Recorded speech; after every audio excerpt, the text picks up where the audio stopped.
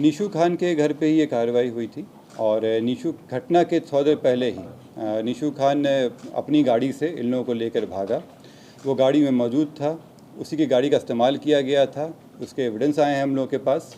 बाकी जो अनुसंधान का विषय है, अनुसंधान में जैसा आता है उस हम कार्रवाई करेंगे। ये सब अनुसंधान का विषय है। जब उनको ट्रांजिट रिमांड से यहाँ लाया जाएगा, कोर्ट में प्रस्तुत किया जाएगा, फिर हम लोग रिमांड लेकर उनसे पूछताछ करेंगे। कौन लोग हैं सर जिनको अरेस्ट किया गया कोलकाता से? उसमें उनके सहयोगी हैं हर्ष और दूसरा है भीम। ये निशू के साथ में रहते थे और निशू को पूर्व में गोली लगा था, इसलिए उसके केयर टेकर के रूप में ये लोग थे। सुबह भागने में और तौसीफ को भगाने में और छिपाने में इनका अहम रोल रहा है। सर, ये 5 शूटर थे, इनमें से कितना आप लोगों ने ट्रैक किया अब तक? मतलब इसमें सभी को हम लोग आइडेंटिफाई कर चुके हैं और सभी के पीछे टीम लगी हुई है। जो मेन थे तौसीफ, इनकी गिरफ्तारी हो गई है, बाकी लोगों पे भी जल्द ही कार्रवाई होगी। मतलब 4 शूटर अभी भी फरार हैं। और जैसे मैंने कल बताया था आप लोगों को, इन्फॉर्मेशन भी दिया था कि 3 के विरुद्ध हम लोग इश्तिहार लिए थे। इसमें से 1 तो पकड़ा गए हैं, 2 के विरुद्ध इश्तिहार का तामिला हो चुका है। इसमें अग्रतर कार्रवाई बाकी है। सर, पहले दिन आपने कहा था शेरू गैंग का कुछ उसमें मिला है क्या?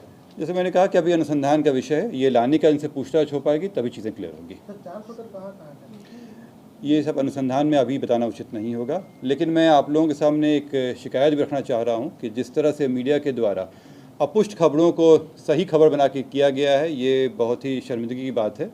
इससे हमारा अनुसंधान बाधित हुआ और हम लोग जो उसको पहले पकड़ लेते, ये इसमें डिले हुआ। ये मीडिया को भी सोचना चाहिए कि बिना पुष्टि किए हुए केवल इस होड़ में कि वो ब्रेकिंग न्यूज़ बना सकें, ये दिया गया उचित नहीं है और इस पर हम लोग एक्शन लेने वाले हैं। जिन लोगों के द्वारा भी अपुष्ट खबरें दी गई हैं, उनसे एक शोकॉज किया जाएगा कि क्यों नहीं उनको हमारे अनुसंधान में बाधा पहुंचाने के लिए इसमें अभियुक्त बनाया जाए। और मीडिया से भी मेरी हिदायत है कि समय समय पे हम लोग और पटना पुलिस और बिहार पुलिस के द्वारा आप लोगों पे से वार्ता किया जाता है। जो भी पुष्ट खबरें होंगी वो उस पर डाले जाएंगे। अपुष्ट खबरें फैलाना ये अफवाह भी है और हमारे अनुसंधान को बाधित भी करता है। तो आप लोगों से अनुरोध भी है और आप लोगों को हिदायत भी है कि बिना पुष्टि किए हुए इसको चलाने पे कार्रवाई होगी आप लोगों के ऊपर। कितने लोगों को हिरासत में अभी भी आप लेकर रखे हैं, जिससे पूछताछ हो रही है? अब जैसे मैंने बताया कि 4 लोगों को कलकत्ता में ट्रांजिट रिमांड के लिए ले जाया गया है, कोर्ट की प्रक्रिया है। इसके अलावा बाकी लोगों से पूछताछ चल रही है। अभी इसके अलावा अन्य अरेस्टिंग अभी नहीं है। सर, हत्या हुई है, हत्या का कारण हम लोग जानना चाहेंगे। आप नहीं बताएंगे और आप कहेंगे कि ये हिदायत है, मीडिया अपुष्ट चलाती है, ये तो आपत्तिजनक बात है। आप स्वयं जानते हैं इसमें कि मीडिया कई दिनों से दिखा रही थी कि कई लोग पकड़ा गए हैं। अगर वो मुझे प्रूफ दे सकते हैं उस चीज़ का तो मुझे कोई आपत्ति नहीं है, अपने शब्द वापस ले लूँगा। लेकिन नहीं, अगर वो इस तरह का है उनके पास तो मुझे कोई आपत्ति नहीं है उसमें। लेकिन आप लोग जब तक पुष्टि ना हो अफवाह ना फैलाएं, क्योंकि ये काम पहले भी हो जाता है।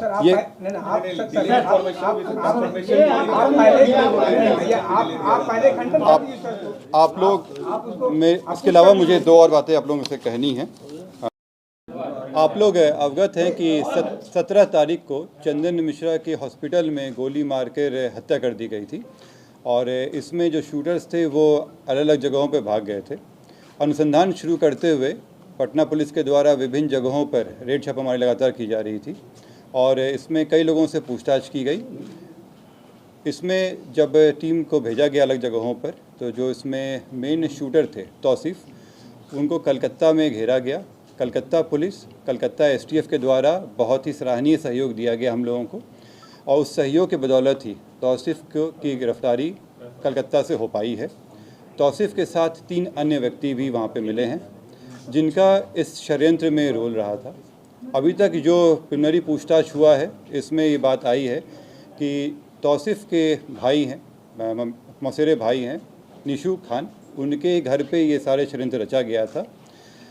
षड्यंत्र रचने में कई जगहों से इनपुट आया था, लेकिन निशू खान के घर पे ही लोग जमा हुए थे, वहीं से ये कार्य किया गया था।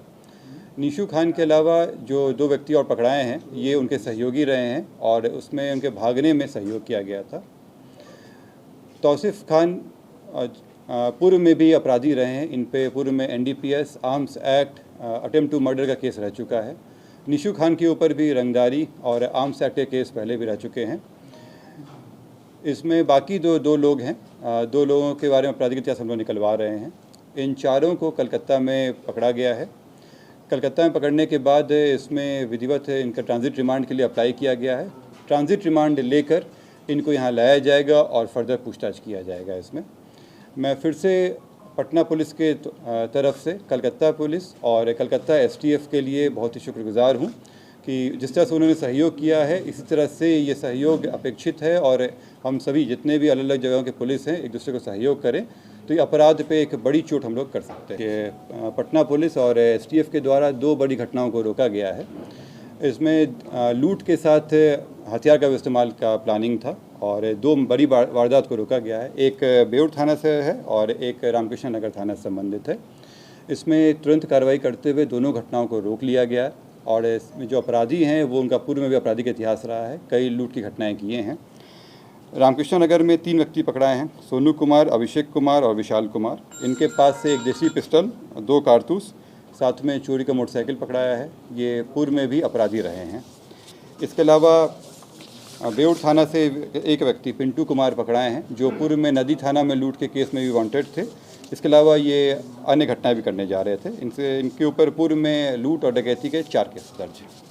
सर, भुवनेश्वर से भी क्या कोई अरेस्टिंग हुई है चंदन मिश्रा के मामले में? नहीं, इसमें जो अरेस्टिंग है अभी केवल इतना ही है। इसके अलावा अन्य अभी अरेस्टिंग नहीं है। सर, एक बक्सर से एक नीलेश और बलवंत को उनके परिवार वालों को कहना है कि पुलिस ने उठाया है, क्या उनको हिरासत में लिया गया है?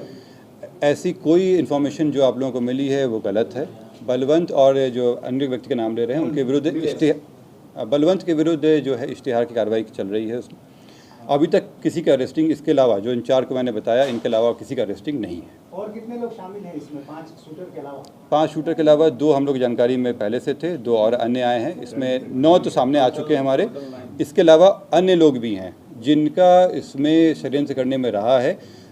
ये जो 9 लोग हैं ये तो डायरेक्टली वहाँ पे थे। इनके अलावा अन्य लोग थे जिनसे जो हथियार सप्लाई किए, जो रेकी कराने में मदद किए। अभी और लोग इसमें आएंगे। आप कह रहे हैं कि स्पॉट पर 9 लोग थे? इसमें जो डायरेक्ट रेजिस्टेंस होता है, जो घटना करने में तुरंत जो किया जाता है, उसमें अभी तक हम लोग 9 लोगों के नाम आए हैं। बाकी अनुसंधान का विषय है और जो बाकी लोगों का इसमें रहा है, जैसे हथियार सप्लाई करने में हो, उनको लॉजिस्टिक सप्लाई करने में हो, उन सब के अभी नाम आना बाकी है। शेरू सर पूछताछ में क्या बताया जी? ये अनुसंधान का विषय है और जैसा अनुसंधान में सामने आएगा बातें बताई जाएंगी आपको। शेरू से पूछताछ हुई है? ये हॉस्पिटल की जो बात है इस पे हम लोग जांच कर रहे हैं कि कैसे बिना रोक टोक के, बिना किसी जांच के वो अंदर चला गया और जिस तरह से वो गया है ये क्लियर था कि पहले भी वो वहाँ पे जाता था। क्यों नहीं हॉस्पिटल के द्वारा उन्हें रोका गया, पूछा गया? क्योंकि जब आम आदमी जाते हैं तो उनसे पूछा जाता है कि वो किस कमरे में जा रहे हैं, चेकिंग होती है, फ्रिस्किंग होती है, तो फिर इस मामले में क्यों नहीं किया गया?